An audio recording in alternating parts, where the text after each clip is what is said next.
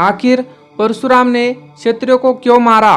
भगवान परशुराम जी को भगवान विष्णु का छठा अवतार माना जाता है। उनके बारे में यह प्रसिद्ध है कि उन्होंने तत्कालीन अत्याचारी और निरंकुश क्षत्रियों का 21 बार संहार किया। लेकिन क्या आप जानते हैं भगवान परशुराम ने आखिर ऐसा क्यों किया? तो आइए दोस्तों इसी वीडियो में जान लेते हैं। और आपने हमारे चैनल को सब्सक्राइब नहीं किया तो जरूर करें। महिष्मती नगर के राजा शास्त्रार्जुन क्षत्रिय समाज के हेहे वंश के राजा कार्तवीर्य और रानी कौशिक के पुत्र थे। शास्त्रार्जुन का वास्तविक नाम अर्जुन था। उन्होंने दत्तात्रेय को प्रसन्न करने के लिए घोर तपस्या की।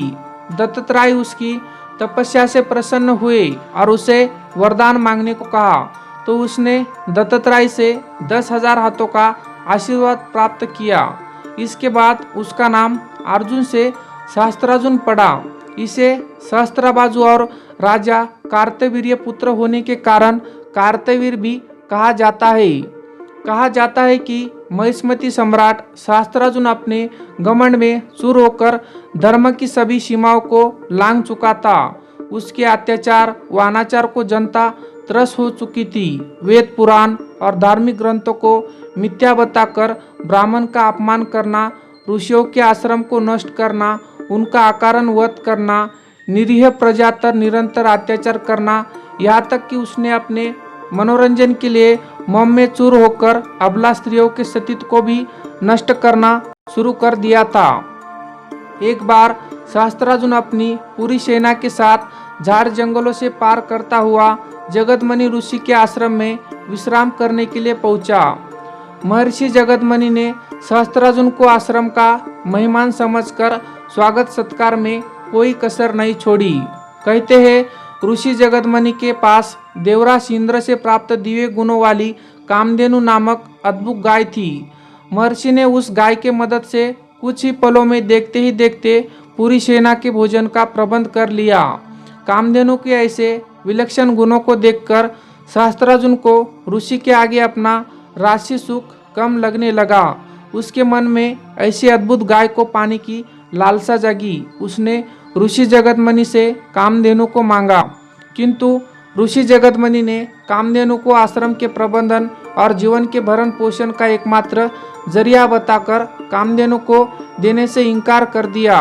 इस पर शास्त्रार्जुन ने क्रोधित होकर ऋषि जगदमणि के आश्रम को उजाड़ दिया और कामधेनु को लेकर जाने लगा। तभी कामधेनु शास्त्रार्जुन के हाथों से छूटकर स्वर्ग की ओर चली गई। जब परशुराम अपने आश्रम पहुंचे तब उनकी माता रेणुका ने उन्हें सारी बातें विस्तार पूर्वक बताई। परशुराम माता पिता के अपमान और आश्रम को तहस नहस देखकर आवेशित हो गए।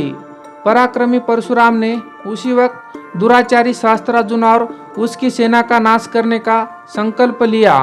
परशुराम ने अपने परशु अस्त्रों को साथ लेकर शास्त्रार्जुन के नगर महिष्मतीपुरी पहुंचे, जहाँ शास्त्रार्जुन और परशुराम का युद्ध हुआ। किंतु परशुराम के प्रचंड बल के आगे शास्त्रार्जुन बौना साबित हुआ। भगवान परशुराम ने दुष्ट शास्त्रार्जुन की हजारों भुजाएं और धड़ परशु से काटकर उसका वध कर दिया।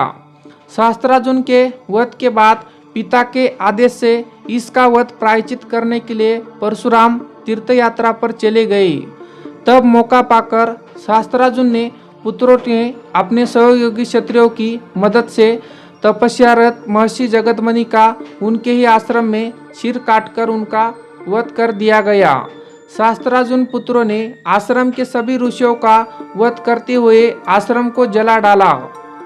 माता रेणुका ने सहायतावश पुत्र परशुराम को विलाप स्वर में पुकारा।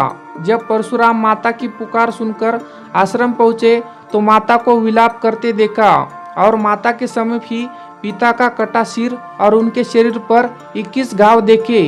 यह देखकर परशुराम बहुत क्रोधित हुए और उन्होंने शपथ ली कि है वंश का ही सर्वनाश नहीं कर देंगे, बल्कि उसके सहयोगी समस्त क्षत्रियों को वंश का ही 21 बार संहार कर देंगे, भूमि को क्षत्रिय विहीन कर देंगे।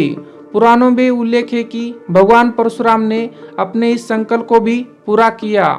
पुराणों में उल्लेख है कि भगवान परशुराम ने 21 बार पृथ्वी को क्षत्रिय विहीन करके उनके रक्त से संपन्न पंचक क्षेत्र के 5 सरोवर को भरकर अपने संकल्प को पूरा किया।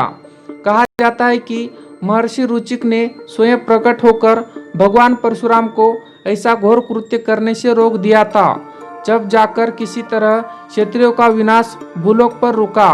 तत्पश्चात भगवान परशुराम ने अपने पितरों के श्राद्ध किया कि उनके आज्ञानुसार अश्वमेध और विश्वजित यज्ञ किया। तो दोस्तों, आज की वीडियो में इतना ही। अगर आपको हमारी वीडियो पसंद आए तो प्लीज़ लाइक एंड शेयर।